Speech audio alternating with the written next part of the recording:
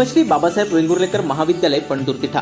आमचे courses B Com with banking and insurance आणि BSc आमची वैशिष्ट्ये स्वतंत्र कॉलेज इमारत, अर्हताप्राप्त अनुभवी शिक्षक, सुसज्ज इंटरनेटसह संगणक लॅब, व्यक्तिमत्व विकास आणि व्यावसायिक शिक्षणाची सोय, अतिरिक्त मार्गदर्शक व्याख्यानं आणि सेमिनार्सचं आयोजन, तसेच भविष्यातील नोकरीसाठी मार्गदर्शक व प्लेसमेंट सेल, 100% यशाची परंपरा। प्रवेशासाठी संपर्क 9921 095607 किंवा 8275 66 59 46।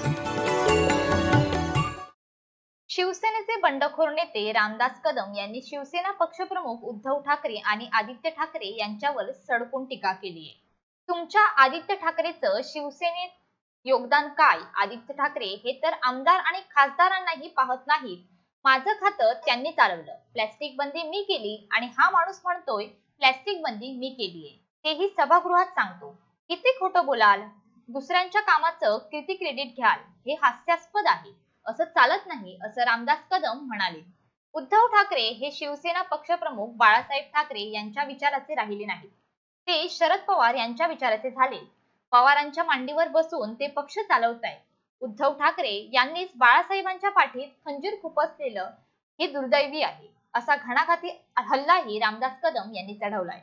आदित्य ठाकरेंना स्वतःचं खातं राहिलं बाजूला, इतरांची खाती सांभाळायची, त्यांना आमदारांना भेटायचं नाहीये, खासदारांना भेटायचं नाहीये।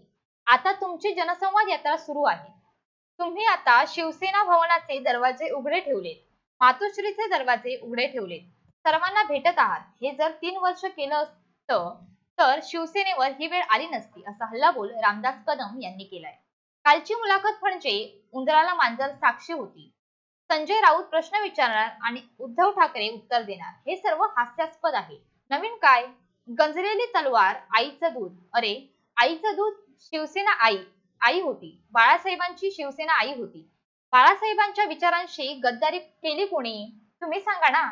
आईच्या दुधाची आठवण ठेवताय तर बाळासाहेबांच्या विचारांशी गद्दारी तुम्ही केली ना, असा सवालही त्यांनी केलाय। पाहूयात नेमकं काय म्हणाले रामदास कदम। त्याचं कारण असं आहे, त्यांनी शरद पवारांचं नेतृत्व सोडून बाळासाहेबांच्या विचाराचं नेतृत्व ठेवलं असतं तर मी निश्चितपणे शिवसेनेचे प्रमुख म्हटलं असतं ना मी।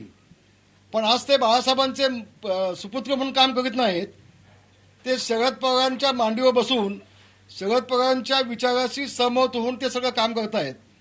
आणि म्हणून खऱ्या अर्थानं बाळासाहेबांच्या विचाराशी बेईमानी, बाळासाहेबांच्या पाठीत खंजीर खुपसण्याचं काम, बाळासाहेबांच्या विचाराशी गद्दारी ही दुर्दैवानं उद्धवजींकडनं झालेली आहे। मला वाटतं ते महाराष्ट्रामध्ये अमुक गद्दार तमुक हरामखोर ही जी भाषा आहे, ती भाषा पहिल्यांदा तुम्ही तुमचं आत्मपरीक्षण करून बघा। कोण गद्दार आहे त्याचं आत्मपरीक्षण तुम्ही करून बघा। 51 आमदार का जातात? 12-14 खासदार का जातात? शेकडो नगरसेवक का जातात? आज माझ्या खेडच्या पदाधिकाऱ्यांची पुन्हा हकालपट्टी केलेली आहे। या हकालपट्टीचं सगळंच काम चालूच आहे ना, दुसरं काम काय चालू आहे? आणि म्हणून फक्त भावनात्मक शिवसैनिकांना ब्लॅकमेल करायचं आणि आव्हान करायचं एवढंच काम चालू आहे ना। 3 वर्षामध्ये आमदारांना भेटले असते तर ही वेळ आली नसती। तुम्ही आजारी होतात, आदित्य ठाकरे तर आजारी नव्हता ना। आदित्य ठाकरेंना स्वतःचं खातं आलं बाजूला, इतरांची खाती सांभाळायची आहेत, त्यांना आमदारांना भेटायचं नाही, खासदारांना भेटायचं नाही। आणि आता तुमच्या जनसंवाद यात्रा निघत आहेत। तुम्ही आता शिवसेना भवनचे दरवाजे उघडे ठेवलेत, मातोश्रीचे दरवाजे उघडे ठेवलेत, सगळ्यांना आता भेटताय। हे जर 3 वर्ष केलं असतं तर ही वेळ आली नसती ना शिवसेनेवरती, ही वेळ नसती आली ना।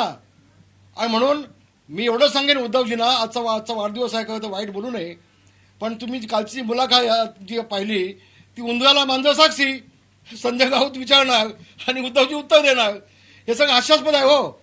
आणि नवीन काय? ती गंगेली तलवार आणि आईचं दूध।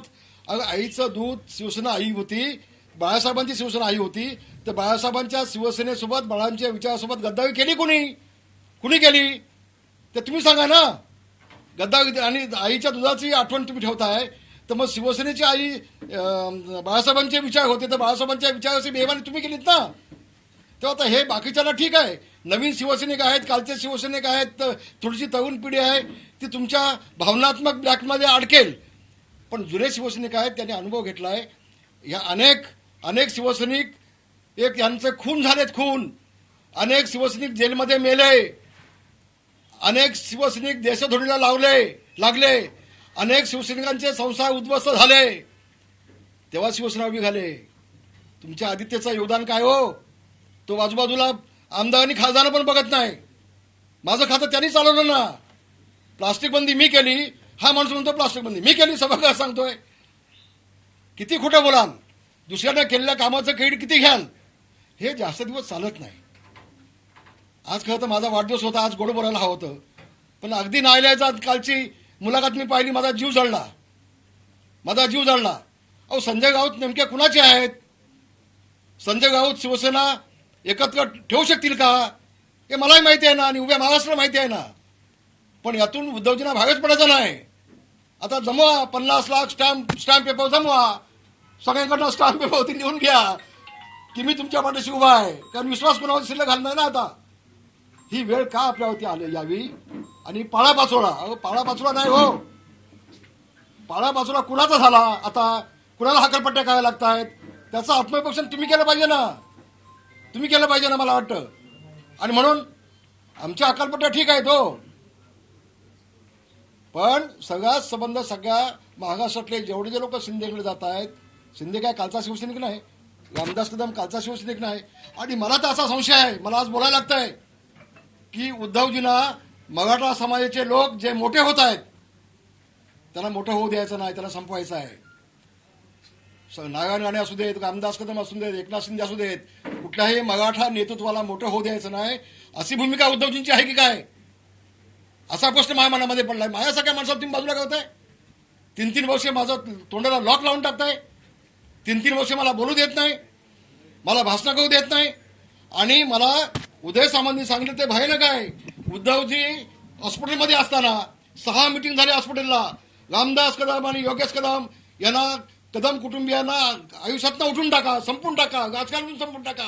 तुम्ही हॉस्पिटलला आणि मिटिंगला कोण? सुमा देसाई, अनिल परब, मिलिंद नार्वेकर, विनायक राऊत, आदित्य ठाकरे, हे सगळे मिटिंगला त्या. आणि अशा पद्धतीनं हॉस्पिटलला असताना देखील आमच्या विरोधामध्ये कटकारस्थान करून आम्हाला संपवायला जर निघाला असाल तर तुम्ही आम्हाला संपवत नाही, तुम्ही शिवसेनेला संपवताय. तुम्ही रामदास कदमला संपवत नाही, योगेश कदमला संपवत नाही, कोकणातल्या शिवसेनेला संपवताय तुम्ही. तुम्हाला शिवसेनेचा आमदार योगेश कदम पडला चालेल, त्याला पाडून टाका आणि राष्ट्रवादीचा झेंडा पुन्हा फडकवा. मग तुमची आई कोण आहे? राष्ट्रवादी आहे की शिवसेना आहे? तुम्ही कोणाच्या विचारासोबत आहात? मी बोलणार आहे, मी आणखी बोलणार आहे. आज माझा वाढदिवस आहे. अधिक आजच्यासाठी एवढं बस झालं आता. धन्यवाद. जय हिंद, जय महाराष्ट्र. असे नवनवीन व्हिडिओ पाहण्यासाठी कोकणशाहीचं यूट्यूब चॅनल सबस्क्राईब करा व बेल बटन प्रेस करा. तसेच फेसबुक पेज लाईक करा आणि इंस्टाग्राम पेज व ट्विटर पेजला फॉलो करायला विसरू नका.